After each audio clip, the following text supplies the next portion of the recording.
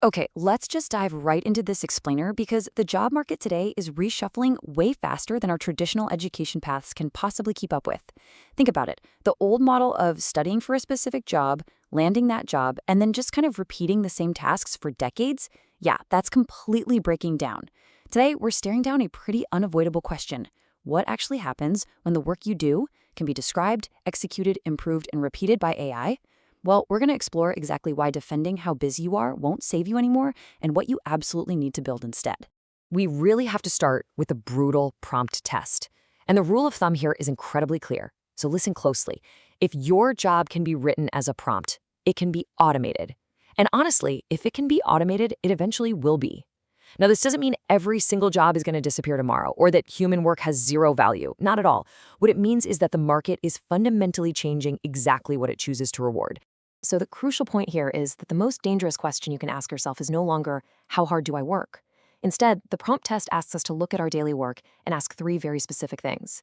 Can this work be described as instructions? Can a tool execute most of it? And can a template or workflow replace the manual effort? You see, automation does not attack human value. It attacks repeatable execution without ownership. If your work is literally just following a procedure, you have got to evolve beyond simply being a task executor.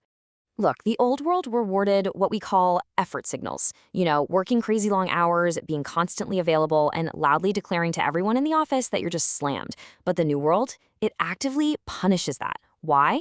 Because being busy is not proof of value. Sometimes being busy is just proof of a broken system. Working long hours usually just means you have unclear priorities, poor delegation, and a whole lot of avoidable manual effort.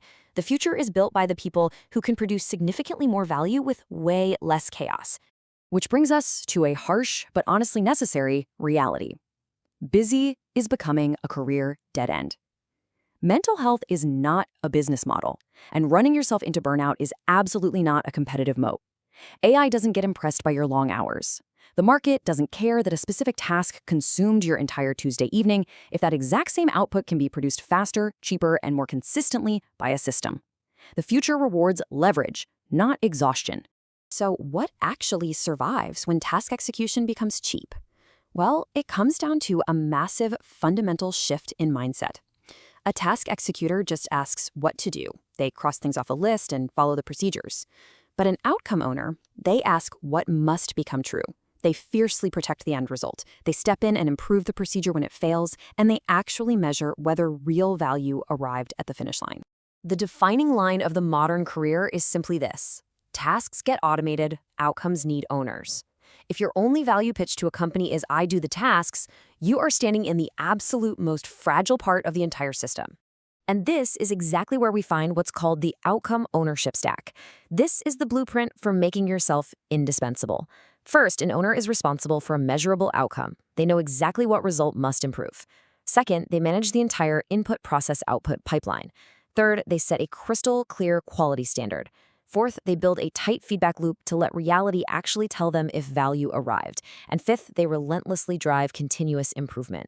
This stack right here is where AI becomes either a massive threat or your greatest possible leverage. Remember, AI replaces the person who only executes.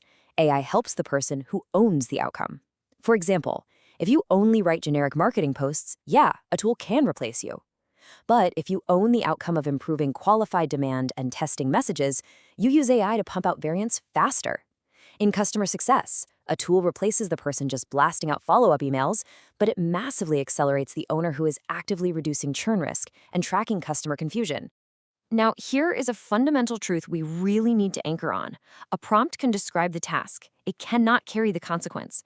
AI tools do not remove the need for human judgment. They just remove our excuses for low-leverage manual repetition. Think about it. When things go sideways, an AI cannot take accountability. Consequence remains an entirely human burden. And because of this, the future rewards proof, not effort signals.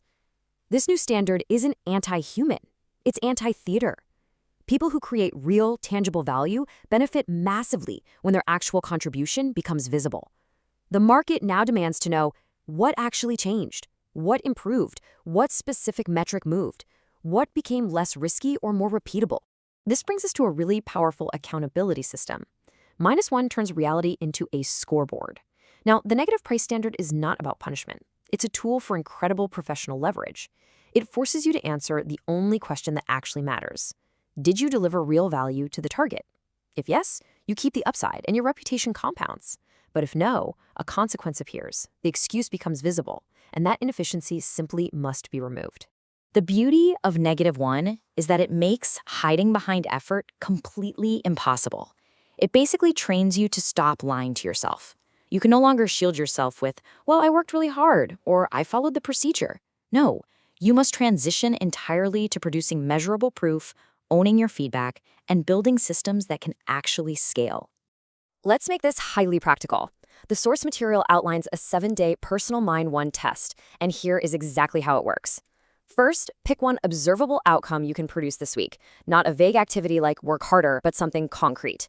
Second, make it measurable. Third, define exactly what the proof will be. Fourth, identify who actually receives the value. And fifth, and this is critical, attach a small consequence if you do not deliver. Now that penalty you attach, it isn't there to punish you. The penalty is a truth machine. It could be a small donated amount, giving up a privilege, or just a hard commitment to redo the work. The entire point is forced contact with reality. It literally trains your brain to produce outcomes instead of just drafting up little stories about your effort. So, when we bring these two concepts together, we get a complete career filter. The prompt test reveals what can be automated, and the -1 test reveals what you truly own. It's brilliant, right? You automate what is repeatable, you strip out the waste, and you personally own what creates the measurable value. Your safest career asset moving forward is your ability to create measurable outcomes using better systems.